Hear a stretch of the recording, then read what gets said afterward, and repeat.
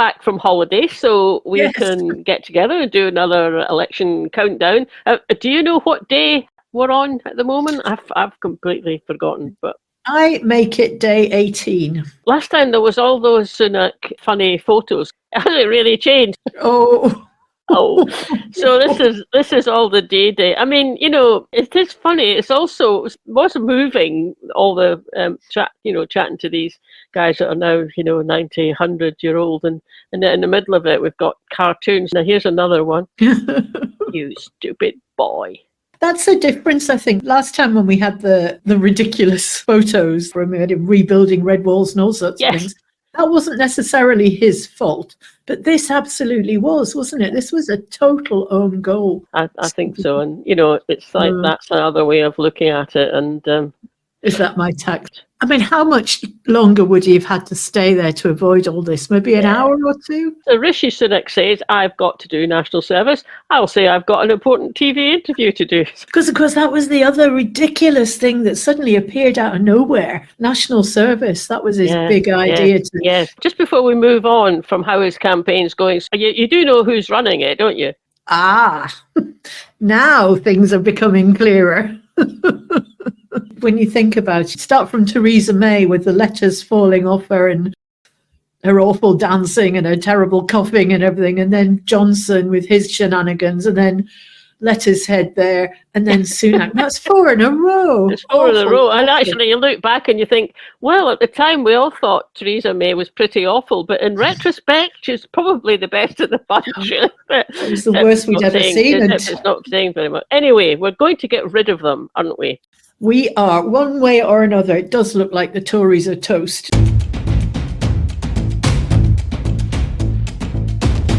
Farage has decided to stand for the Reform Party. Yes. What is it? It's like a private company he owns. It's a company that he owns.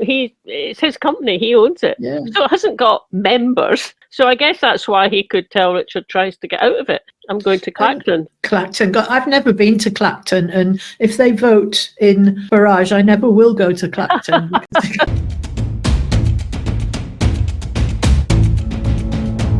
Could not bring myself to watch the head-to-head between Sunak and Starmer. I just couldn't. But I did watch the 7-way one, the one that was on, I think that was last Friday, wasn't it? So Stephen Flynn was on it. When I found out that Nigel Farage was on it, because he'd only just taken over the day before as a leader, I went, oh. Farage was quite pokey, and he would go attack the Tories. Penny Mordaunt, who was on that one. When it came to the Labour Party, he was much of a softer sort of approach. He wasn't really kind of going for them. He knows he's not going to get very many MPs, and he knows the votes he get are going to come from people who voted Tory. That not very likely maybe to come from folk who voted Labour. I mean, Labour's going to win it. I mean, it's obvious, isn't it? What he's doing is positioning himself and positioning Reform to get as many people as possible away from the Tories and over to him. They're still not going to get very many seats. He may not even get this one on his 8th attempt. But somehow it just makes him a bit more of a threat, and it won't be in terms of seats, but if they end up getting a lot of votes, that actually begins to give Reform some weight. It's all a bit depressing. That vote that moves across to Reform, because the Tories aren't far right-wing or racist enough for them, it means there's less people there to vote Tory. So, even if some of them might have scraped a seat, it's a bit like the minority parties in Scotland. It's not enough to get themselves a seat, but it's enough to lose somebody else their seat. Yeah, if Reform could do as well what's called a crossover point, so where there's more people voting for Reform than voted for the Tory party. It won't be in terms of seats because of first past the post, but it could be in terms of votes. And again, that's just something that's got a bit of added weight to it. So we'll see. What I liked best about that debate was when Stephen Flynn was bringing up how the big, the elephant that Tories and Labour won't talk about, which is Brexit. Because Brexit has impacted the economy more than the COVID pandemic. It has put your food bills up completely unnecessarily. It has been an unmitigated disaster for the economy. And That is why at this election you need to ignore the snake oil salesman who delivered Brexit, and you need to challenge the Labour Party and the Conservative Party about why they aren't seeking to rejoin the single market, why they aren't seeking to double down on making sure that we return to freedom of movement. Yet we still haven't seen any manifestos. No, won't be till the end of this week, I think. Yeah, and we've heard that the SNP one might be even later than that.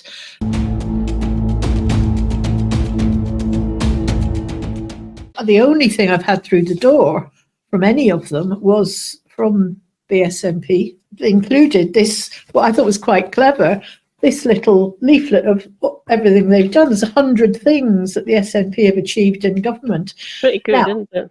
It is good. I mean, you could sort of snipe and say, yeah, but that's not the government to which Pope, which is having the election. Yeah, I haven't had that leaflet yet, but I'm sure I'll get it. But I could test you and see how many of them you could get. Oh, you could, yeah, you could, couldn't you? I just think it's just another sort of example about, and I don't know about you, but to me, it seems like this general election, there's a lot of crossover between talking about up here in Scotland. So a lot of it is on the SNP's record, as the Scottish government, yes. Which is fine. I mean, fine. But it does mean then that a lot of the chat that's going on between, say, Scottish candidates, or there was that debate, but it was the 4 Scottish leaders who were on it. And actually, what they were talking about were devolved matters. Yes. So that's a bit. On the one hand, you go, well, kind of fair enough. But on the other hand, it's actually a bit confusing in a certain way as well. It is very much so. And I was at the gym last week, and the talk in the waiting room was, who are you going to vote for? The sort of feeling was, it doesn't seem relevant to us.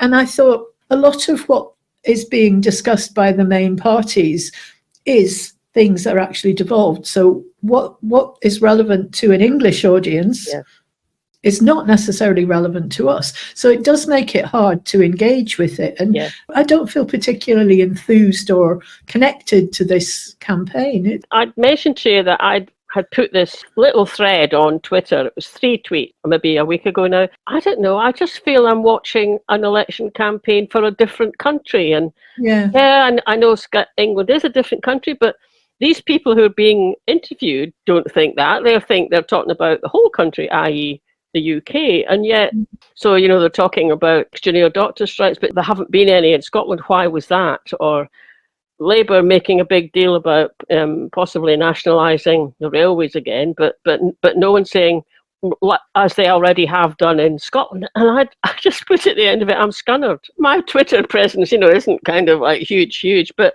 that had about. Well, it's getting on for 30,000 views actually now, so somehow that... A lot of scunnered people. There was a lot of scunnered Scots around. I think that just kind of touched something. I suppose the danger really, though, is if we don't feel particularly connected or enthused by it or see the relevance to us, is that if people don't vote, but if you don't vote, that then sends down 57 or however many it is it 57 MPs? Yeah. That are unionists. And how does that help the independence cause in any way? We know that they're still going to get outvoted on everything. And other than making a bit of a noise, can they actually achieve anything? Well, I suppose it's always like that, isn't it? And I mean, again, I've noticed when the smaller parties, the Green Party in England and Wales, sort of saying if they have MPs in the Chamber and the Commons, and they can push the Labour Party, or they can try and mitigate some of what Labour Party might be doing, or push them to do more. That's the SNP kind of feel about it as well. And I mean, everyone knows whoever's got the seats is going to be able to get their policies through. It's really only if you end up with a bit of a hung parliament or a very small majority that the government's in trouble, really. And this is not going to be a small majority. It's just the problem with the first past the post winner takes all election, isn't it? If it was proportional representation, exactly. Completely different ballgame. I just did have a wee look to say, well, what does it say about Scottish Tory seats? And there's 6 of them, so I had a look at all of them. So Gordon and Buchan, They reckon it'll be pretty close. These are the new seats, so they're not exactly the same as the ones that they won last time. Oh, but that does show you the difference with a Scottish constituency, does it? Because what they're suggesting is that to get rid of the Tories, some of the Lib Dem and Labours ought to vote with SNP to leapfrog over it. But what they're not factoring in is the fact that the Lib, the Labour and the Tories are all unionist parties. Exactly. So they're yeah, unlikely exactly. It just doesn't work so well up here. If I quickly go through them, that's West Aberdeenshire and Kincardine. Notional election result would have been the Tories slightly ahead. So the next one is Aberdeenshire North and Moray East. That's the one that Douglas Ross is now standing in. Yes, it is. And that would have been David Duguid. Till he was stabbed in the back by his leader. We get used to how appalling Douglas Ross is, but my goodness. Yeah, a lead of about 7% and very little in the way of Lib Dems and Labour. There's bound to be Tories who presumably just not going to be voting that way. Well, and also that's almost certainly because tactical voting happened last time, because there's no way Lib Dem and Labour would be that low if they hadn't all chucked their lot in with the Tories. Yeah. You know, how many of those Tory voters might actually switch to Labour, which might split the vote enough? It's a tricky one, isn't it? Tricky one, isn't it? So that's the three up in the northeast, and then there's the 3 seats in the border. So Dumfriesshire, Clydesdale and Tweeddale. Dumfries and Galloway. That, of course, is Alistair Jack. Oh, I'd love to see him get kicked. I mean, he's not standing. He's not standing, isn't he? He'll end up in the House of Lords. Next one is Berwickshire, Roxburgh and Selkirk, which was a bit more. That's about 10%. They reckon it would have been a 10% read for them. That's based on 2019. Now, look what's happened since 2019 in terms of support for Labour. So I don't think that that's going to be anything like the result for Labour in those constituencies. Yeah. So, and some of that will come from the SNP. And I think for the Westminster election, that Tory vote that we've seen on those cards, it's going to come down to who do they hate most? You know, do people want Tories out more than they want the SNP out? And who knows? It could well be that Labour have decided, well, we've sided with the Unionists to keep the SNP out in the past, but this time round we want the Tories out.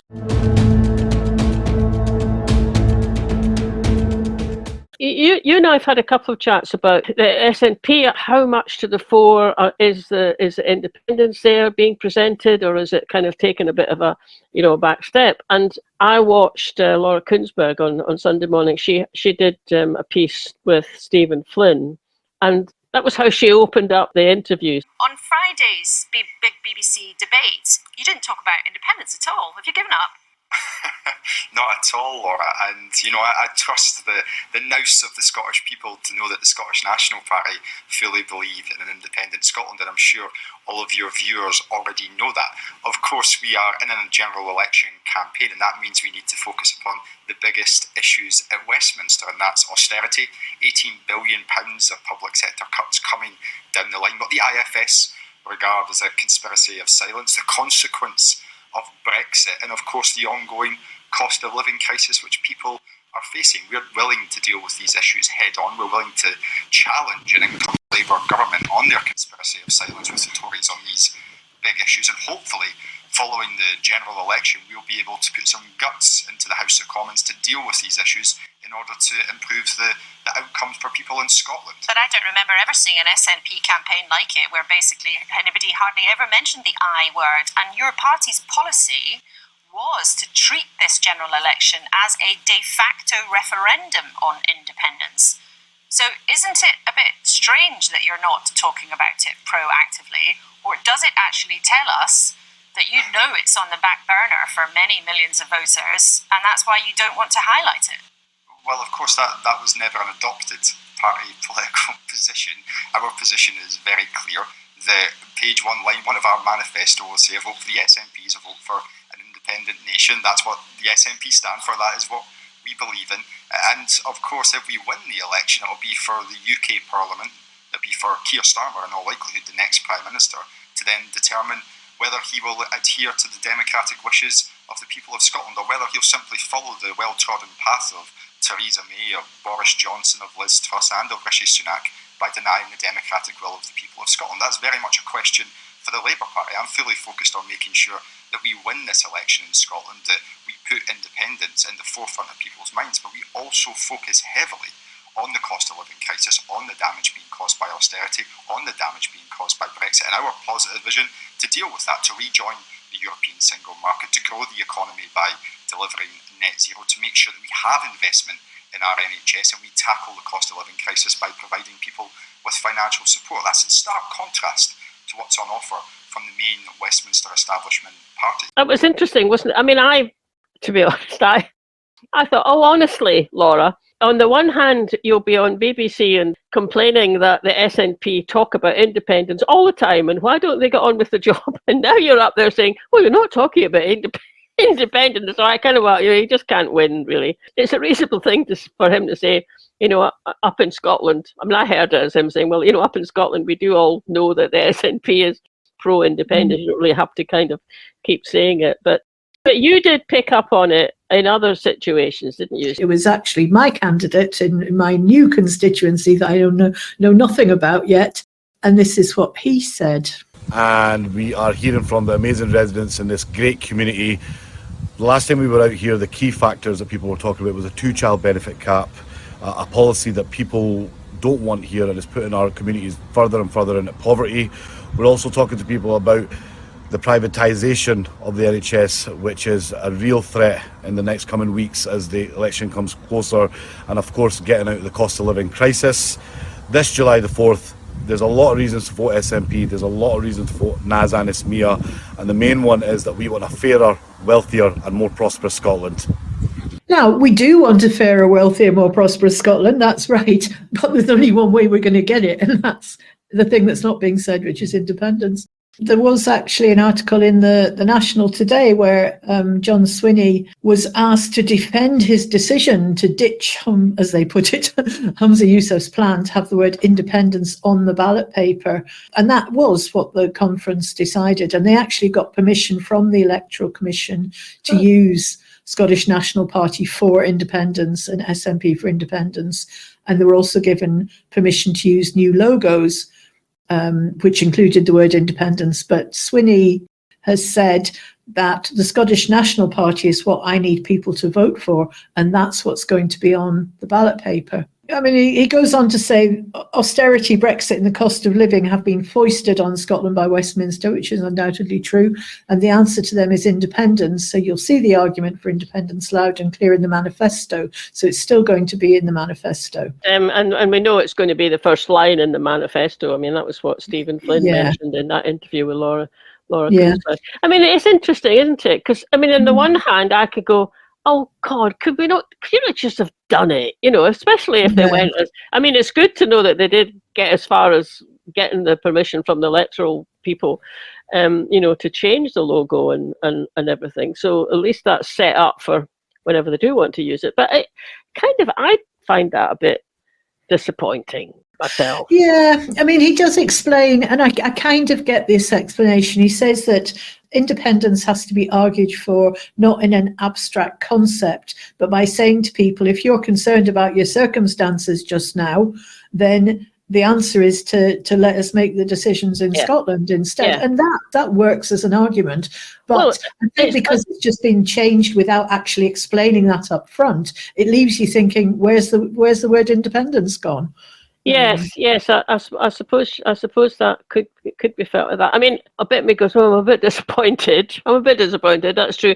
On the other hand, that whole thing about argue for independence by getting people to think about what their current situation is and then how it could be different. Now, that is the kind of approach that at least two of our interviewees really went to town on as being the way to persuade people, to the people who are not yet persuaded, to bring them round to independence. Remember, we did those interviews after that SNP conference, and we were talking about what was agreed, and as I said, one of the things was change the logo and have independence on the ballot paper.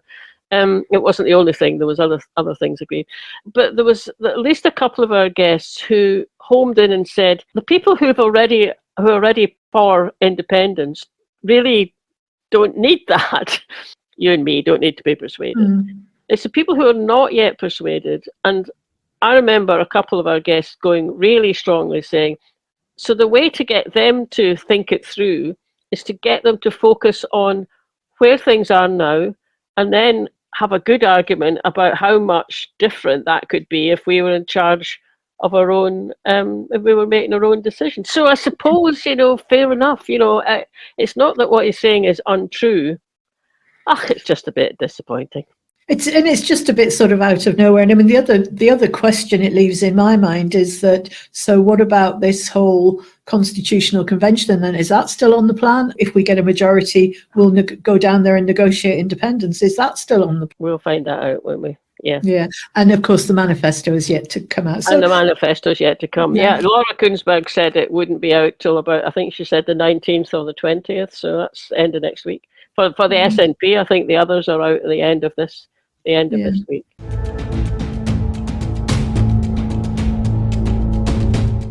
We've got two clips. One is John Swinney again talking about why he was asked why is Labour doing so well. Okay, that'd be good to know. And the other is Alex Salmond, launching his campaign with some very strong words about Anna Sarwar. Right, this is the John Swinney. Why are Labour doing so well in Scotland? Well, there's clearly, I think there's two things that are probably kicking about just now. There has been, the SNP has faced its difficulties. That's why I'm here, and we're getting out of those difficulties, and we're on the front foot.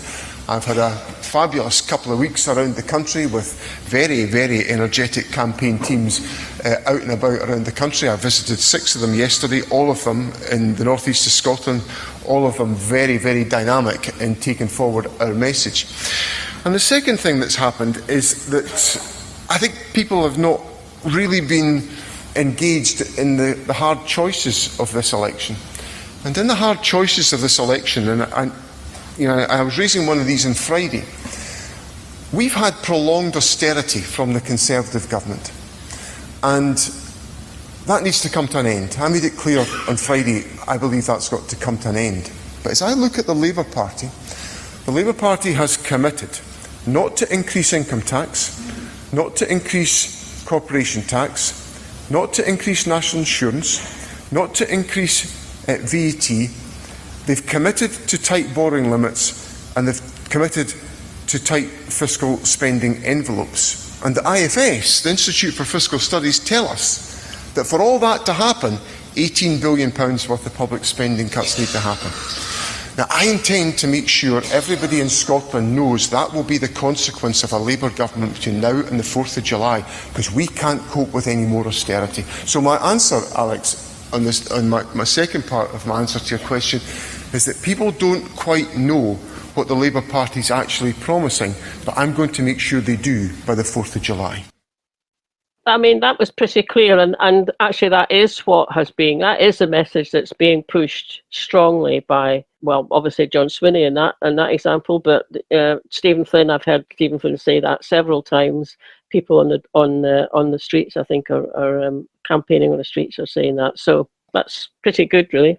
And this is Alex Salmond with, of course, his style very different to John Swinney's, but the same target. We Anna Sarwar looked like a frightened rabbit as he was introduced to the concept, as he went through his rehearsed lines. 14 years of Tory government, 17 years of SNP government, it's all offy. I'm confronted with the thought that just about the only declared policy of the Labour Party for a windfall tax on oil and gas and a cessation of investment allowances would, in terms of the independent research that's been done, cut the number of oil and gas jobs, direct and indirect, from 200,000 to 100,000 by 2030. Confronted with an assessment of just about the one declared policy that the Labour Party have, he has nothing to say of any coherence whatsoever. Different style. Doesn't mince his words, but his words. Essentially what Stephen Flynn was saying, It's funny, isn't it? Those two. So John Swinney is very, he's quite statesman-like, and and quite a calm kind of presence, and quite similar. He's got the facts, and he, and very coherent, lays them out.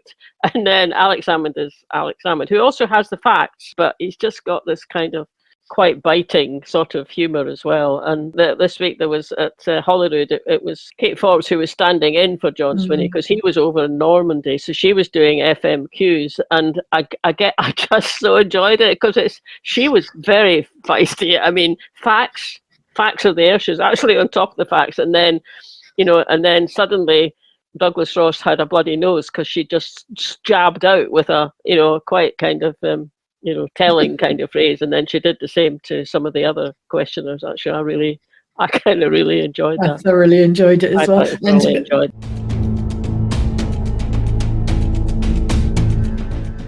Talking of Douglas Ross getting a bloody nose, and we've just heard today that he's standing down now. Whether this is because of the reaction to him backstabbing poor old David Duguid in his hospital bed, or whether it's because of suddenly there's all this publicity coming out about his expenses, and was 28 instances of undeclared expenses, and something about that he'd used as his expenses as an MP to cover his refereeing expenses. It was something like dodgy that. Anyway.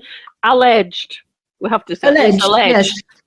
Yes. This is what we're hearing, but we're now putting 2 and 2 together and getting 12 because it's alleged, and that must be why he's resigned. But shall we put up Alex Salmond's first response to? Oh yes, to hearing the first case of a rat deserting the sinking ship while simultaneously trying to clamber aboard a gravy train. I just think that's such a lovely mixed metaphor. It's just great, isn't it?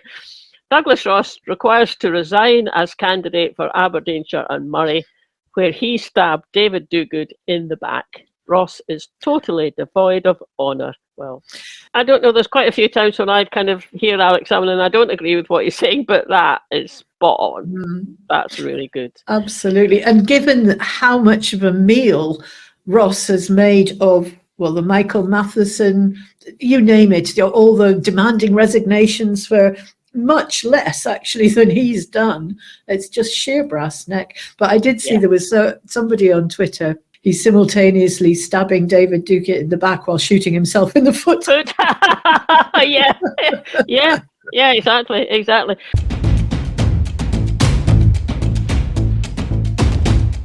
This is taken from the BBC Scotland debate night, and it was the one that was in Perth, and had Luke Graham was there. He's a Tory. My previous MP from a few years back till we kicked him out. Exactly. So he was there. So of course the other thing that had been in news, not so much now, I think it's a bit of a dead duck really, but the one about national service, this idea. So there's this young chap in the audience. So just listen to this. I just want to get this straight, Luke. You're wanting 18-year-olds to sign up for national service to help communities that the Tories have spent 14 years crippling and have put nothing back into.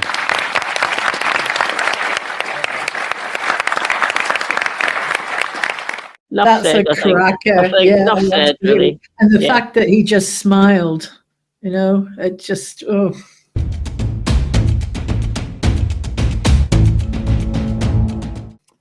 mean, the other one I had, the SSP candidate from Glasgow East. Liam McLaughlin here, the Scottish Socialist Party candidate in the upcoming general election for Glasgow East.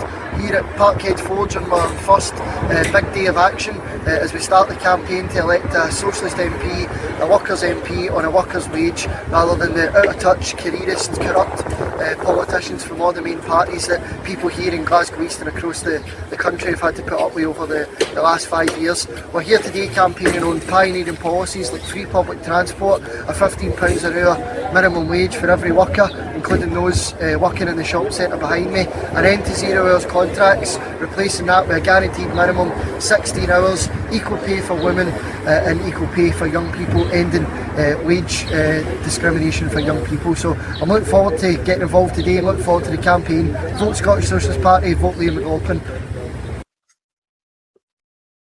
I would sign up to those, you know. If we were independent, whether it was SNP or a proper Scottish Labour, those would be the kind of policies, left-wing policies, that there'd be huge support for that across Scotland. And yet, you know, a Labour Party about to get voted into Westminster, and we already know they've done an about turn on the getting completely rid of zero-hour contract. I haven't heard what their minimum wage would be set at, but they're not saying anything about free public transport, but no, I know. So that's where we are on day 18, and we'll be back maybe only in a couple of days with an update as things start to hot up and the manifestos start to appear, and who knows, might be able to get some guests in as well and see what's going on outside. So catch you later. Bye. Remember and get your postal vote sorted, or your proxy vote sorted, and your ID sorted. Definitely. Very important. Cheers.